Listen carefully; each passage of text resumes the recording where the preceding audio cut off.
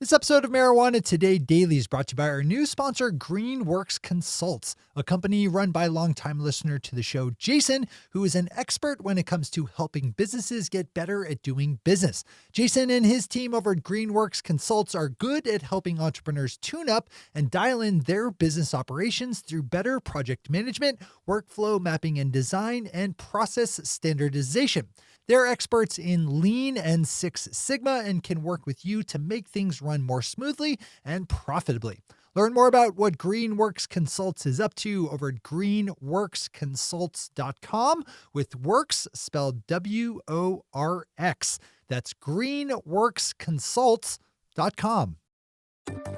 Good morning, Marijuana Nation. It's Tuesday, December 17th, 2019, and you're tuned in to episode 855 of Marijuana Today Daily. I'm your host, Shay Gunther, and I'll be walking you through today's marijuana news and headlines. As always, we have a full and busy day of cannabis news in our hands, so let's jump right into it. New Jersey kicks off today's news with a vote yesterday by state lawmakers to pass a proposed bill kicking the question of adult use legalization to voters for a ballot measure in the fall. We first covered this one yesterday as discussions on the matter sprung up just at the end of last week.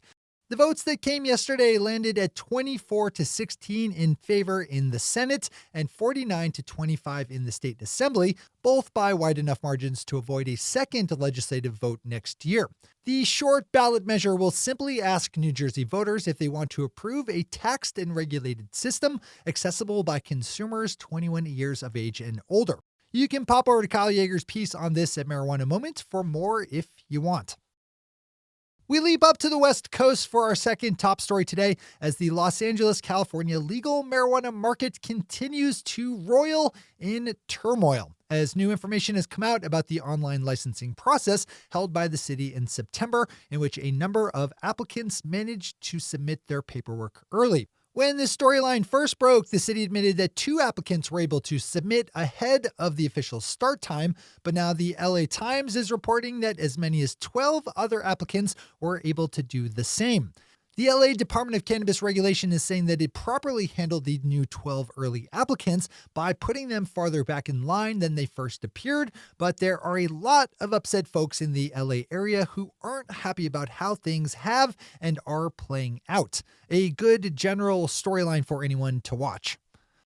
Sticking to Los Angeles, our third headline concerns a series of police raids last week on unlicensed marijuana dispensaries, which LA is fairly rife with. The raids took place in the middle of the week and hit 24 unlicensed shops where police seized more than $8 million in product, over $128,000 in cash, and just under 10,000 vaporizer cartridges.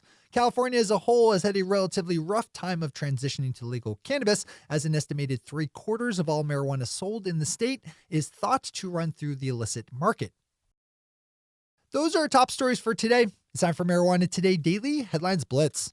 Before we blitz out in headlines, let's quickly thank our new sponsor, Greenworks Consults, which is run by a longtime listener to the show, Jason, who is an expert when it comes to helping businesses get better at doing business. The legal cannabis industry is about as dynamic as you can get, and the days where you could just open up your door and start doing well selling legal marijuana are just about gone. With increased competition comes the increased need to tune up and dial in your own business operations. That's where pros like Jason and his team at Greenworks Consults come in. They know how to implement programs like Lean and Six Sigma and can generally help you identify places where you could be doing things more efficiently. Remember, every dollar in waste that you can trim from your operations is a dollar that stays in your bank account. Zip over to greenworksconsults.com to learn more about how Jason and his team can help you do business better. That's greenworksconsults.com, with works spelled W-O-R-X. greenworksconsults.com. Big thanks to Jason and everyone at Greenworks Consults for the support that helps us keep our news lights on. All right. Time for the blitz.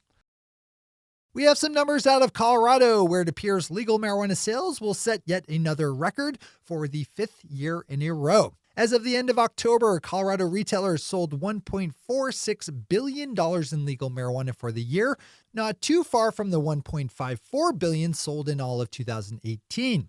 Most impressively, Colorado has sold in all $7.6 billion in legal cannabis products since 2014, netting the state a cool $1.18 billion in taxes. That's $1 billion plus that would have stayed within the illicit market had Colorado voters not passed legalization, to say nothing of all the people who aren't in jail right now because they prefer marijuana. If you like big positive numbers, pop over to Mary Jane for this one. We have another Colorado story up, this time looking at how the wholesale price of marijuana is holding. Yesterday, the Colorado Department of Revenue released numbers showing that the average wholesale price of Colorado cannabis was $1,316 between August 1st and November 30th.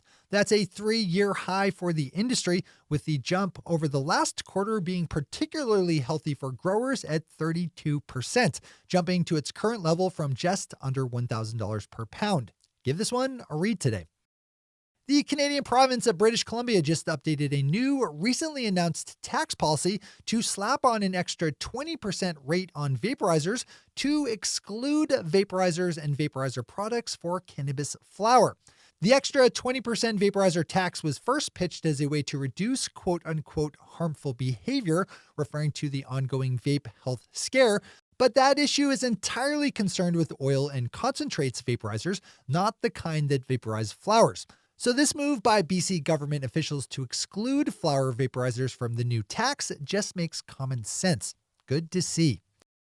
Kyle Yeager has another story up in the news today with a pickup of a story out of Washington, D.C., as lawmakers in the U.S. Senate pass an annual spending bill that's been stripped of pro-cannabis language first approved by the House, where lawmakers wanted to extend federal protections on prosecuting state legal medical marijuana to adult use operators and consumers.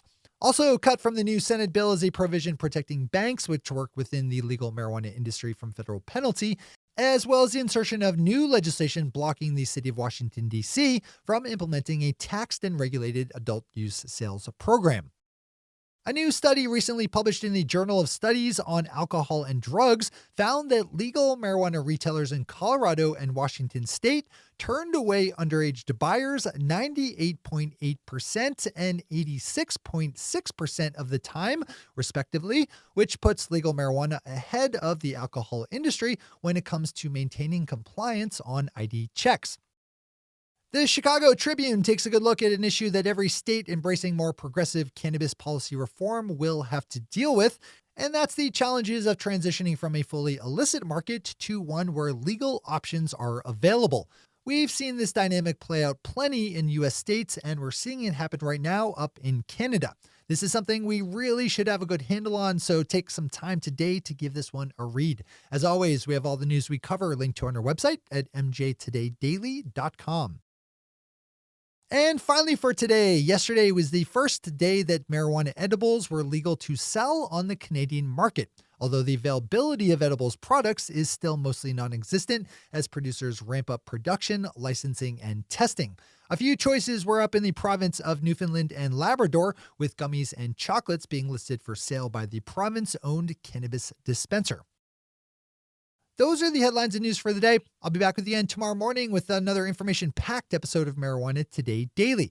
But in the meantime, if you have any stories to share or feedback to give, zip us an email to headlines@mjtodaydaily.com. And while you're clicking around the interwebs, swing over to our website at mjtodaydaily.com to find links to all the news we cover. Thanks to our sponsor, Greenworks Consults, and to our awesome patron listeners for the support that makes this show possible. To join the illustrious ranks of the patron listeners yourself, swing over to our website at mjtodaydaily.com and click on that big blue button at the top of the page that says Become a Patron. I'm your host, Shay Gunther. Thanks for tuning in and starting your day with marijuana today.